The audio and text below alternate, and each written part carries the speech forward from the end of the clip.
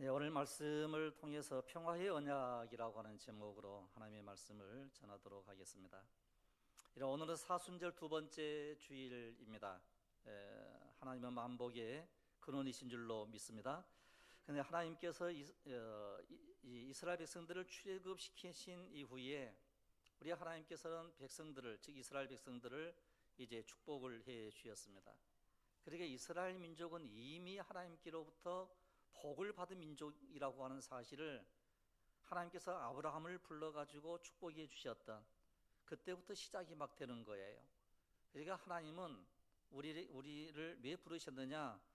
복을 주시기 위해서 부르신 하나님이신 줄로 믿습니다. 그런데 이제 하나님께서 우리에게 복을 주셨는데 이 아가스탄 마귀는 자꾸 하나님께로부터 받은 은혜를 빼앗아 가려고 하는 것입니다. 그런데 우리는 하나님께로부터 복을 받았던 그 복을 유혹에 당해서 빼앗기는 일이 없어야 된다. 이것을 우리는 늘 생각을 하면서 오늘 평화의 언약, 피느하스의 언약, 이 평화의 언약이 어떻게 이루어졌는가, 이 사실에 대해서 말씀을 드리려고 합니다. 이런 민수기 22장부터 우리가 쭉 보았는데요. 발락과 발람의 사건, 즉 발람이라고 하는 복술자가 이제 발락이라고 하는 모압 왕의 이 사람을 복채를 주면서 이스라엘을 저주해 달라, 뭐 이런 이야기이죠. 그런데 하나님께로부터 받았던 이 모든 축복을 내가 이미 받았는데 이스라엘을 어떻게 저주하겠느냐? 즉 축복할 것을 받았기 때문에 축복할 것밖에 없다는 거예요. 이런 우리는 모두가 다 하나님께로부터 복을 받은 사람이라고 하는 사실을 늘 마음속 깊이 되새기면서 하루하루 우리 하나님이 주신 은혜로 승리하는 이런 은혜가 있기를 원합니다. 여러분 22장부터 24장까지는요 발람의 이름, 발락이 뭐 이랬을 때 그 이름이 51번 나와요. 51번을 이제 나오고 있습니다.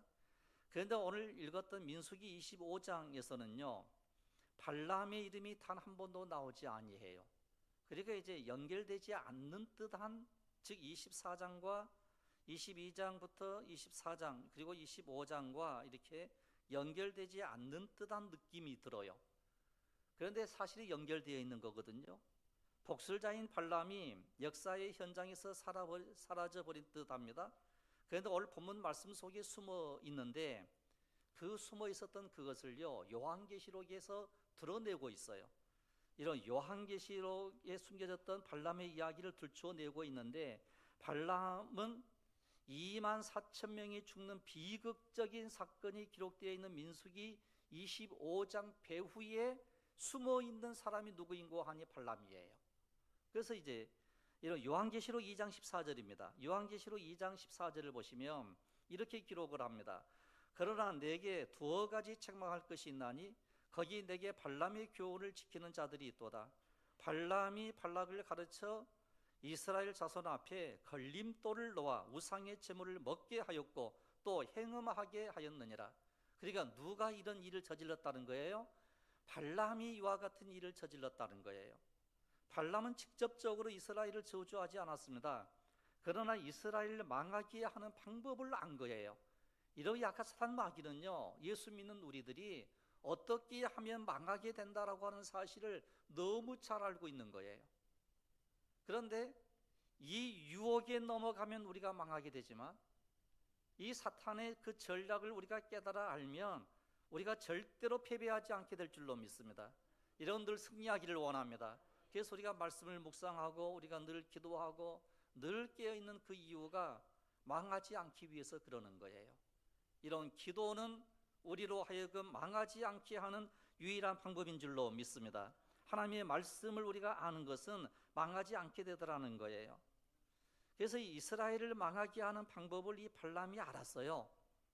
그래가지고 알려주는 거예요. 발락을 불러다가 이스라엘이 망하는 방법을 내가 알고 있어, 이렇게 알려주는 거예요. 추론하면 이렇습니다. 추론하면 이런 얘기예요. 위대한 발락 왕이시여, 내가 저주는 못했지만 이스라엘 민족이 망하는 방법을 아나이다.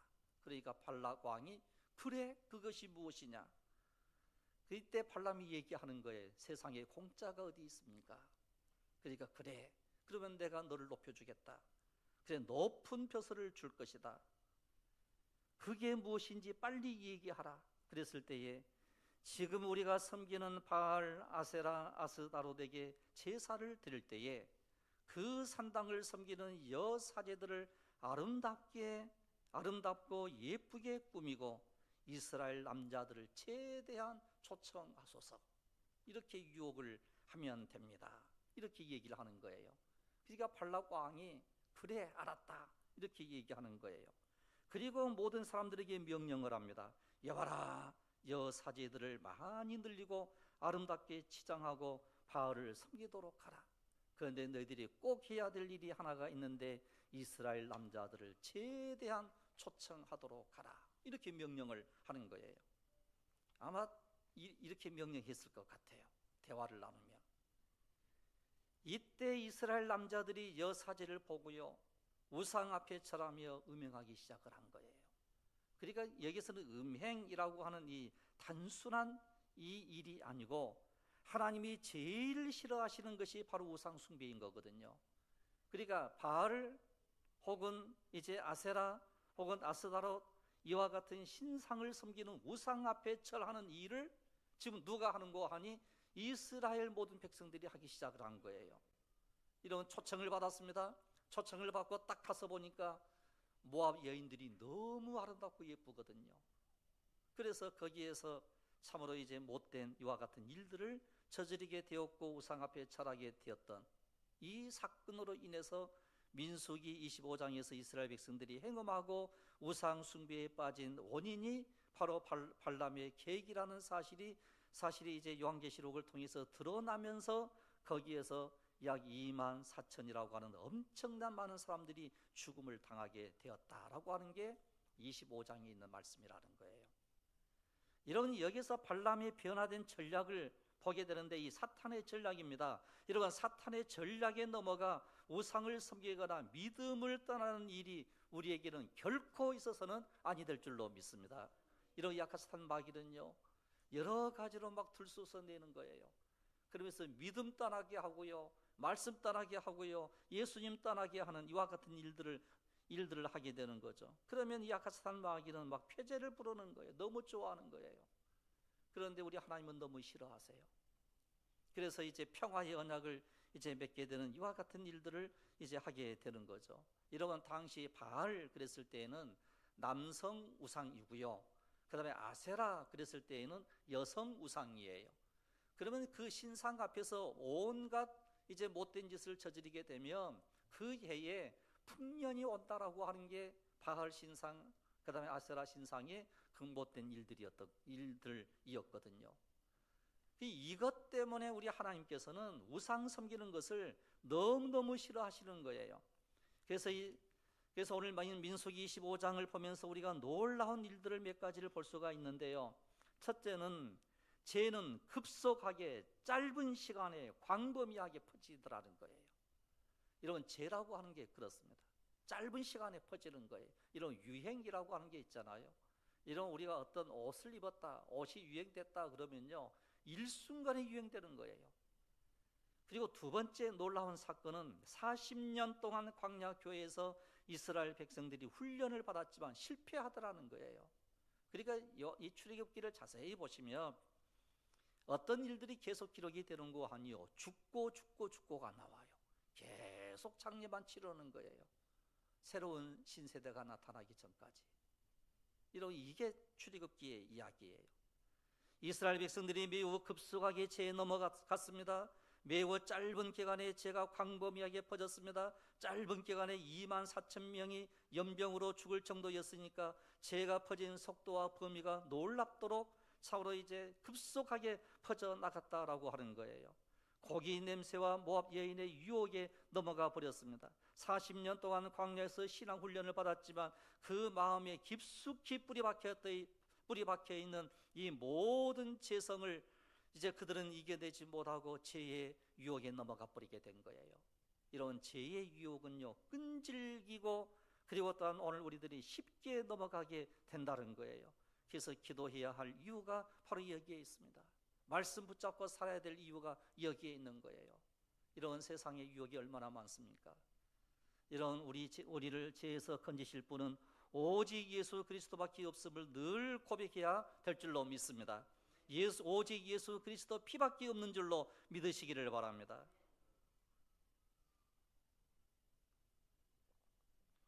그러나 25장에서 성공을 했던 발람의 탐심은 결국 어떻게 됐는가? 그러면 이제 유혹을 하고 탐심 때문에, 탐욕 때문에 이스라엘 백성들을 제약에 빠뜨리고 도탄에 빠뜨렸던 이 발람이 어떻게 되었는가?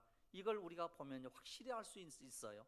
민수기 31장 8절에 가서 끝을 보게 되는데요, 이렇게 기록을 합니다. 이스라엘 백성들이 미디안 다섯 왕을 죽일 때에 발람도 잡아 칼로 죽였더라. 이런 발람이 저주도 하지 아니했는데, 그런데 발람을 죽일 이유가 없잖아요. 그래서 이스라엘 백성들이 이제 이 기록했던 저자가 발람의 유혹에 넘어갔다라고 하는 이 사실을 그냥 숨긴 것 같아요. 너무 부끄러운 일이니까. 우리 자존심이 있거든. 이스라엘 백성들이 자존심이 있거든요. 그건 우리가 이렇게 유혹에 넘어갔어, 이걸 기록을 안 했던 것 같아요. 그런데 요한 계시록에서는 이 사실을 너무 잘 알았기 때문에 그 사실을 상세하게 기록을 해놓고 있는 거예요. 이렇게 민수기 31장 8절에 가서 이제 발람이 죽임을 당하게 되는 거예요. 그러면 여기에서 우리가 느끼는 게 뭔고 하니요, 하나님께로부터 복을 받은 사람들은 반드시 승리한다는 거예요. 우리는 승리할 줄로 믿습니다. 주님은 사단의 세력을 멸하시고 반드시 승리로 이끌으시는 거룩하신 하나님이심을 분명히 믿으시기를 바랍니다. 그래서 요한계시록 마지막 책의 주제는 그리스도의 신부인 교회의 최후의 승리가 요한계시록의 주제예요. 이런 요한계시록은요, 막 두렵고 떨리는, 막 무섭게 하고 우리를 막 협박하고 겁박하는 그런 내용이 절대로 아니에요. 이런 요한계시록의 그 주제는요, 그리스도의 신부인 교회, 즉 우리들이에요. 우리 예수 믿는 우리들이 최후로 승리하게 된다는 게 요한계시록의 주제거든요. 그래서 결국 하나님께로부터 복을 받은 백성들은 승리하게 된다는 사실을 꼭 믿으시기를 바랍니다. 그리고 난 다음에 민수기 25장 3절이에요. 민수기 25장 3절을 보시면 이스라엘이 바알부올에게 가담한지라 여호와께서 이스라엘에게 진노하시니라 그랬어요. 그러면 이 말씀의 의미는 뭔고 하니요, 바알부올이라고 하는 것은 부올에서 섬기는 바알이라고 하는 뜻이에요. 즉 바알신의 지역신이라고 할 수 있는데, 바알부올에 예속되고 음행한 이 두 가지 죄 때문에 이스라엘에게 이 전염병이 돌기 시작했고 무려 2만 4천 명에 달하는 백성들이 죽임을 당했다라고 하는 거예요. 그래서 사도 바울은 고린도전서 10장 8절에서 이런 이제 표현을 하는 거죠. 어떤 이들이 가늠하다가 2만 3천 명이 죽었다. 오늘 본문 9절에서 그 죽은 자의 숫자를 2만 4천 명으로 기록을 하고 있거든요. 그래서 왜 2만 3천이고 2만 4천이냐 그랬을 때에 아마 1차적으로 이제 이 1,000명이 죽었고 그 나중에 또 한꺼번에 이제 숫자를 다 계산해 보니까 약 2만 4천이었다, 이렇게 이제 해석도 하고 그러는데 뭐 숫자는 별 큰 의미는 없어요. 이런 이 전염병이 내리게 됐을 때에 또한 하나님께서는 모세에게 아주 엄중한 명령까지 내리시는 거예요. 여호와께서 모세에게 백성의 두령들을 잡아 태양을 향하여 여호와 앞에 목을 매달아 죽이라, 이렇게 명령을 해요. 그런데 그 누구도 이 일을 행하지를 않아요. 그런데 이때에 비느하스라고 하는 이 사람이 단연히 일어서 가지고 그 사람들을 죽이는 거예요. 그런데 이때 어떤 일이 벌어지게 되는고 하니, 지도자 살류의 아들 시므리라고 하는 이 사람이 미디안 여인을 데리고 와요. 장막으로 데리고 와요. 모든 사람들이 보는 앞에서 데리고 와요. 사람들이 죽고 장례를 치르고 그러는데 이 시므리라고 하는 사람이 모압 여인이 너무 아름다웠던지 좋았던지 이건 모르겠는데 자기 장막으로 이 여인을 데리고 오는 거예요. 그 모습을 보고 너무 화가 나서 이제 비느하스가 내가 저 사람을 죽이겠다, 이렇게 해서 죽이는 거예요. 그래서 시므리가 고스비라고 하는 미디안 여인을 데리고 장막에 들어갔는데 모든 형제들이 거기에서 다 기다리고 있었다, 이렇게 이제 이야기를 하고 있는 거예요. 그러니까 온 식구들이 함께 참으로 이제 왜 이스라엘 백성들이 이렇게 진노를 받아서 죽임을 당하였는가라고 하는 이 사실을 알지 못했던 거죠. 그래서 이제 비느하스가 이렇게 이제 이런 말씀이 나옵니다. 내가 비느하스의 질투와 열심을 보고 이스라엘을 건지겠노라. 즉 하나님의 말씀이에요. 그래서 결국 이 비느하스라고 하는 한 사람의 열심이 결국은 망하는 이스라엘을 살려내게 되더라는 거예요. 여러분, 한 사람이요 민족을 살리는 거예요. 우리의 기도가 민족을 살리는 은혜가 있기를 원합니다. 여러분, 11절을 보시면 제사장 아론의 손자 엘르아살의 아들 비느하스가 나의 질투심으로 질투하여, 즉 하나님의 질투심으로 질투하여 이스라엘 자손 중에서 나의 노를 돌이켜 나의 질투심으로 그들을 진멸하지 않게 하였도다. 즉 비느하스가 이제 시므리라고 하는 그 사람을 쳐서 죽이는 이것으로 인하여 우리 하나님의 분노가 풀리는 거예요. 질투가 풀리는 거예요. 나를 더 사랑하는구나. 그래서 하나님은 하나님의 열심을 가지고 계시는데 잃어버린 영혼들을 구원하고 죄악에 빠진 사람들을 건져내는데 최고로 열심히 있는 분이 바로 누구이신 거냐? 하나님이신 줄로 믿습니다. 그 하나님께서 이스라엘을 막 살려내는 거죠. 즉 비느하스의 그 믿음을 보고, 그래서 그가 하나님을 위하여 질투하여 이스라엘 자손을 속죄하였다, 이렇게 이야기를 하고 있습니다. 그래서 이 비느하스는 바알 숭배에 대항해서 여호와 하나님의 예배를 바로 세우고, 그리고 또한 음행에 대항하여 하나님의 법을 세우고자 했던 사람이 바로 비느하스예요. 그래서 비느하스는 하나님과 바알 사이에서 머뭇거리는 이스라엘 백성들의 우유부단에 대항해서 진리에 대한 타로함을 보여주는 그것으로 인하여 이스라엘 민족을 살리는 일을 하는 거예요. 그래서 결국 비느하스가 하나님과 어떤 언약을 맺는고 하니 평화의 언약을 맺게 돼요.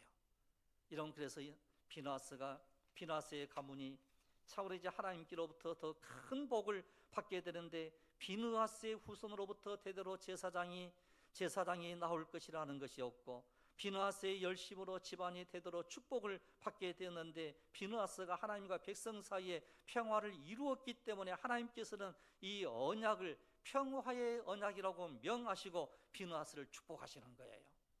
이런 바로 여기에서 우리가 느끼는 건 뭔고 아니요, 세상 사람들이 전부 죄악에 빠진다 할지라도 오늘 우리들이 말씀을 바로 딱 세우고 말씀에 의지하여 살아간다고 하면 우리 하나님께서 우리를 이끌어 주시게 될 줄로 믿으시기를 바랍니다. 이 하나님을 우리는 믿는 거예요. 그래서 우리 하나님의 그 놀라우신 그 은총 속에 거하는 이와 같은 믿음의 용사가 되어야 될 줄로 압니다. 이 사건을 유다서 1장 11절에 발람의 길을 이렇게 표현을 합니다. 어그러진 길, 이렇게 이제 표현을 하고 있어요. 그래서 이 발람은 유혹했던 유혹의 영으로 인하여 어그러진 길을 걸어갔다는 거예요. 여러분, 오늘 우리들은 반드시 하나님께서 주시는 축복의 길을 걸어가는 은혜가 있기를 원합니다. 믿음의 길을 걸어가는 은혜가 있기를 원합니다. 그리하면 반드시 살아나는 역사가 일어나게 되더라는 거예요. 발람은 배후에서 도모한 자기의 악한 괴계가 대성공을 거두었다고 아마 기뻐했을 것입니다.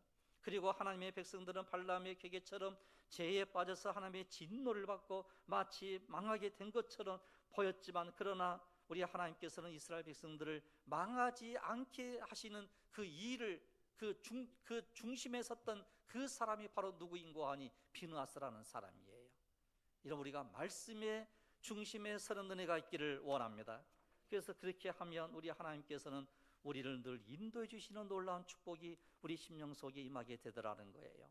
그래서 오늘 이 시대에도 역시 마찬가지로 하나님께서는 라오디게아 교회를 향한 말씀을 우리에게도 역시 선포하시더라는 거예요. 요한계시록 3장 19절인데요. 물은 내가 사랑하는 자를 책망하여 징계하노니 그러므로 내가 열심을 내라 회개하라, 이렇게 말씀을 합니다. 우리가 열심으로 주를 섬기는 이와 같은 은혜가 있기를 원합니다. 이게 비느하스가 자우리 열심으로 우리 하나님의 뜻을 이루는 거예요. 그래서 우리 하나님께서 비느하스의 그 모든 모습을 보고 너무 막 기뻐하시는 거예요. 그래서 비느하스를 축복하고 그 가문을 축복하고 제사장의 가문으로 참으로 이제 영원토록 끊기지 않게 될 거다, 이런 놀라운 축복을 선언을 하게 되는 거거든요. 바로 여기에서 우리는요, 평화의 사신이 되기를 원합니다. 평화를 만드는 은혜가 있기를 주님의 이름으로 축원합니다. 평화를 깨는 자가 아니라 평화를 만드는 사명이 오늘 우리의 사명인 줄로 믿습니다. 그래서 오늘 두 가지입니다. 열심히 주를 섬기라, 평화를 만드는 자가 되라. 그리하면 오늘 우리들은 하나님이 기뻐하시고 그 하나님이 우리에게 복을 주시는 하나님이시더라. 이걸 우리에게 말씀을 합니다. 그래서 오늘 민수기 25장을 통해서 하나님께 주시는 말씀을 다시 한번 요약한다라고 하면, 첫째는 오늘 우리 자신들은 하나님께로부터 복을 받은 사람이라는 것을 늘 되새기시기를 바랍니다. 우리가 때로는 어려운 일도 있거든요. 힘든 일도 있거든요. 그러나 전번에 말씀드린 대로 이런 이 에브라임이요, 뒤집지 않는 전병이라고 그랬어요. 뒤집지 않는 전병은 망하게 되더라는 거예요. 이런 우리가 부침개를 부칠 때에 한쪽 딱 익으면 그 다음에 어때요? 또 딱 뒤집잖아요. 그래야 완성이 되는 거예요. 이 마찬가지예요. 때로는 하나님이 우리를 고난에 처하기도 하시고 또 평화롭게 처하기도 하시고, 그러면서 우리에게 주시는 것은 너 말씀 붙잡아야 돼. 내가 너를 축복하노라. 이런 우리 하나님께서는 반드시 우리에게 축복해 주시는 하나님이신 줄로 믿습니다. 그 다음에 두 번째로는 비느하스의 열심을 품고 하나님과 우리 사이의 평화를 만드는 자가 되어야 한다라고 하는 것을 우리에게 말씀을 하고 있습니다. 이런 오늘 이 사순절 이 기간 동안에요, 우리가 참으로 이웃과 더불어 평화를 만들고, 우리가 때로는 손해를 본다 할지라도 하나님과의 온전한 관계를 이루는 이것으로 인하여 우리 하나님께 더 가까이 나갈 수 있는 은혜가 있기를 원합니다. 그리고 어떠한 탐욕의 유혹에도 이겨낼 수 있는 능력을 우리에게 주십시오. 이 간절한 기도를 통하여 이 어두운 세상에서 승리하는 귀한 여러분들이 되시기를 주님의 이름으로 축복합니다. 기도드리겠습니다. 거룩하시며 자비로우신 우리 아버지 하나님, 하나님의 열심이 참으로 이제 비느하스의 마음을 감동시켰고, 비느하스의 열심이 하나님의 그 모든 진노와 그리고 또한 그 무서운 저주를 벗어나게 하심으로 이스라엘 백성들을 살려주시며 이스라엘이 승리하게 하셨던 이 놀라운 말씀들을 이 시간 생각하며 기도의 제목으로 삼습니다. 자비로우신 아버지 하나님, 간절히 간구하오니 발람의 어그러진 길을 절대로 걸어가는 자가 아무도 없게 하여 주시고, 주께서 주시는 복된 길을 걸어가는 은혜가 우리 심령 속에 흘러 넘치게 하여 주시옵소서. 거룩하신 우리 아버지 하나님, 간절히 간구하오니 참으로 우리가 이 땅에 사는 날 동안 저주받은 인생이 아닌 복받은 인생이 되어 싸운즉 주께서 주시는 그 놀라운 은혜를 날마다 사모함으로 기쁨으로 주를 섬기는 귀하고 복된 저희들이 다 되게 하여 주시옵소서. 할렐루야. 감사드리옵고 우리 주 예수 그리스도 이름으로 기도드리옵나이다. 아멘. 이 절에 다 같이 함께 봉헌 찬송 439장을